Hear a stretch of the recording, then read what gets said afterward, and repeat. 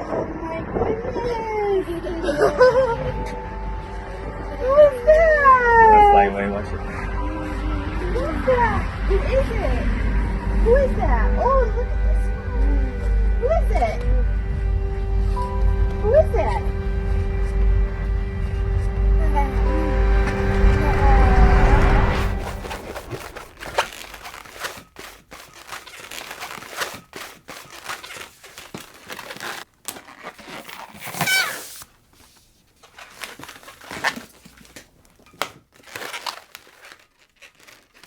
You know, it wasn't one day I just woke up and decided that this was what I was going to do for the rest of my life.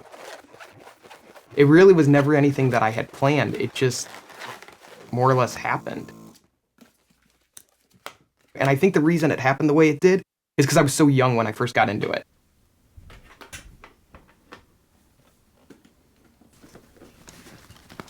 I'm Brian Stiles, owner of Premier Entertainment. I'm a local St. Louis balloon artist, and I make balloon sculptures for a living. I was around 13 years old, first got interested in it, but before that, I was interested in magic as a child. This illusionist is only 14 years old. Brian Stiles grew to love magic while he was in grade school, and he's never looked back. Now he's looking forward to becoming the next David Copperfield. I started doing a few shows. I did some things at like kids' parties. I did a couple daycare events.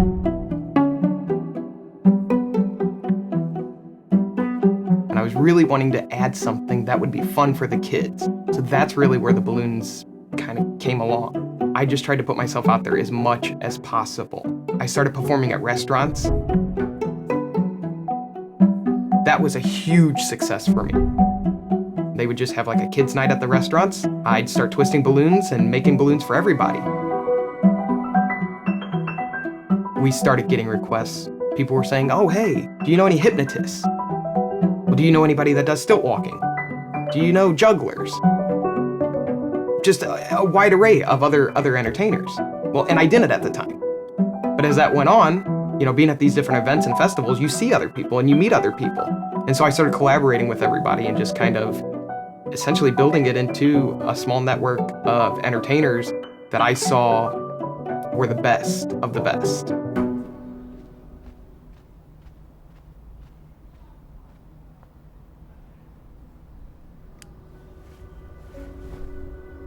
So March 16th is the day that I consider everything to kind of fall apart with my business. More on the impact of the coronavirus on business around the world. Small businesses who keep less inventory on hand may be hit even harder. The outbreak is impacting small businesses at a time when optimism is near record highs, according to the... So we had bookings for the next 2 months, and within a few days after March 16th, everything on the books was canceled.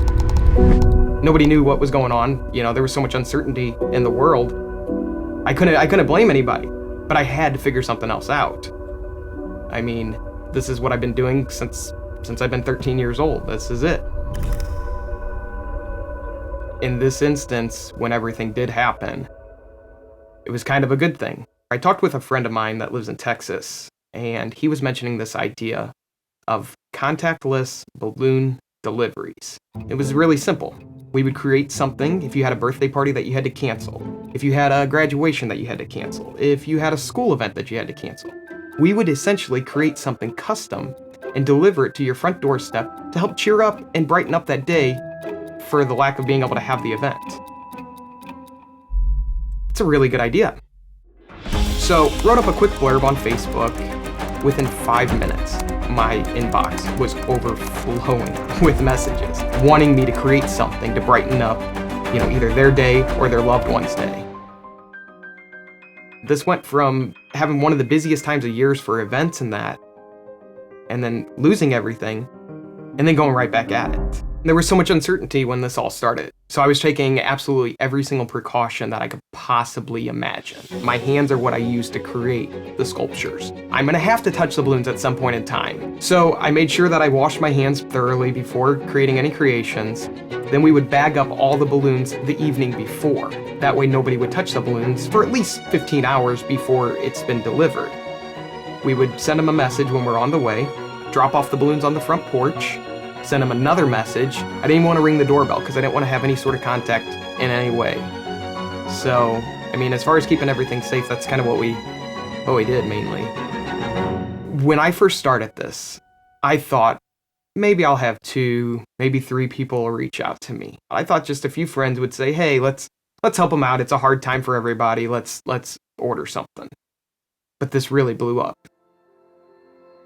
And I think part of the reason that I was able to work the way I was working is because I wasn't expecting that. I really wasn't expecting it. It just happened so fast. I didn't have time to really sit down and think about it. I had to handle everything spur of the moment.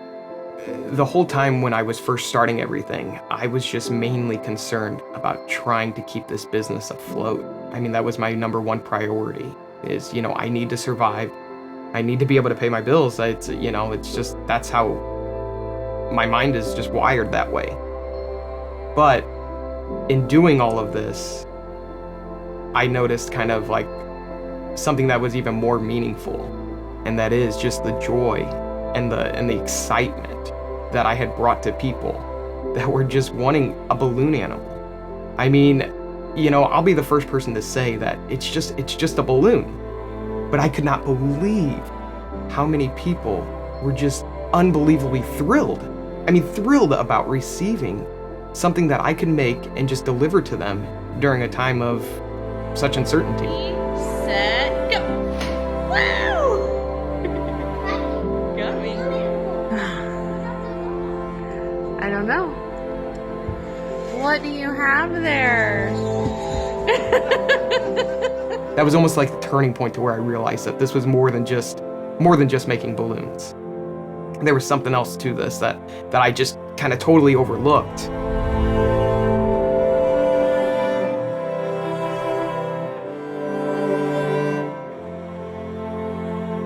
The only thing that keeps me going is just knowing that I'm bringing so much joy to people. Again, when I first started this, the idea was just to create balloons for as many people as I could.